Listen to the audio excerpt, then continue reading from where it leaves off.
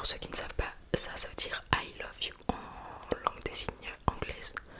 Parce qu'on a le I de I, ensuite on a le L de love et on a le U de you. Donc ça fait I love you. Voilà pour la petite histoire. Vous vous coucherez moins bête ce soir. Voilà, et puis je sais pas, peut-être vous avez déjà vu ça sur internet que ce signe là ça veut dire I love you. Enfin, ou que ça veut dire je t'aime du coup en français. Le M, on prend le B qu'on met dans ce sens là et on met bien le dos de la main. On met pas dans ce sens là, ça c'est la face de la main. Donc on met le dos de la main. M, N, on plie juste les deux derniers doigts. N, M, N, O, on fait un O. P, c'est le K qui tombe comme ça. P, P, allez s'il vous plaît, lui il est un peu plus dur que les autres. P, comme ça. Vendredi on fait le V et on tourne. Samedi on fait le S et on tourne.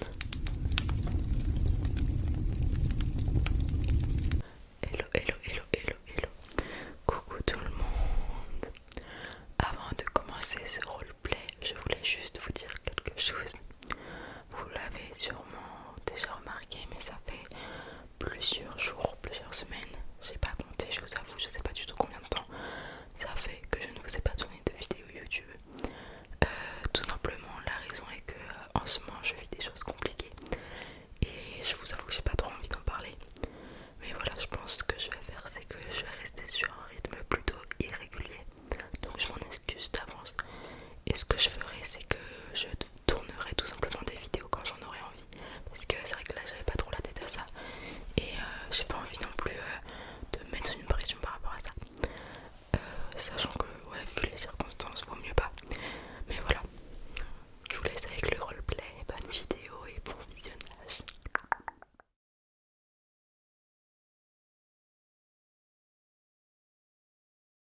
Bonjour à tous, je vous laisse vous asseoir sur les chaises. Je les ai mises en rond pour qu'on puisse bien nous voir pour signer tout ça. Donc bienvenue dans votre premier cours de LSF. Alors ce que je vous propose pour ce premier cours, c'est que on commence tout simplement par, enfin du moins je vais commencer par vous expliquer ce que c'est la LSF, son histoire, tout ça, la culture de la langue des signes. Et ensuite on pourra se présenter chacun. Et moi aussi en partie. Et à la fin on fera un petit point sur le vocabulaire, tout ça, l'alphabet, et puis je vous donnerai les feuilles bien sûr, comme ça vous aurez des traces. Donc là ce que je propose c'est que vous prenez note de ce que je vais dire et après vous verrez quand on fera les signes et tout ça, quand vous commencerez à signer, pas besoin de prendre en note, je vous donnerai des feuilles à la fin. Parce que l'important c'est que vous arrivez bien à signer avec vos petites mains. Donc là on va faire plus un point histoire, un peu historique. Donc prenez des feuilles, des crayons et notez. Mais voilà, je vais pas trop être chiante là-dessus, hein. Vous notez comme vous voulez, on va pas faire des balles, hein, mais ouais, ce serait quand même bien de prendre en note un minimum pour avoir une trace du cours, parce que c'est quand même la base, on va dire. Donc déjà, la LSF, est-ce que quelqu'un sait ce que veut dire cet acronyme? Oui, vas-y. C'est ça, LSF, c'est langue des signes française, tout à fait. Alors, pourquoi langue des signes française? Alors déjà, la langue des signes française est très importante, c'est une langue entière à part. Genre c'est pas un langage. Bah, ce soir, quand vous rentrez chez vous, si vos parents, votre oncle, votre voisin vous demandent ah c'était bien le langage des signes, premièrement vous le corrigez, on dit pas langage des signes, on dit langue des signes, parce que c'est une langue, ce n'est pas un langage, c'est vraiment une langue officielle reconnue. Elle a sa grammaire, sa conjugaison, sa structure, elle a tout, comme une langue, comme le français, l'anglais, les maths. Excusez-moi, les maths n'est pas une langue. Mon cerveau est un petit peu fatigué en cette fin de semaine. Mais voilà, c'est une langue à part entière, très important. Et du coup, la langue des signes, comme son nom l'indique, donc française, c'est-à-dire qu'il en existe dans les autres pays, notamment en Angleterre. Et petite anecdote, pour ceux qui ne savent pas, ça veut dire I love you en langue des signes anglaise. Parce qu'on a le I de I, ensuite on a le L de love et on a le U de you. Donc ça fait I love you. Voilà pour la petite histoire. Moi, vous vous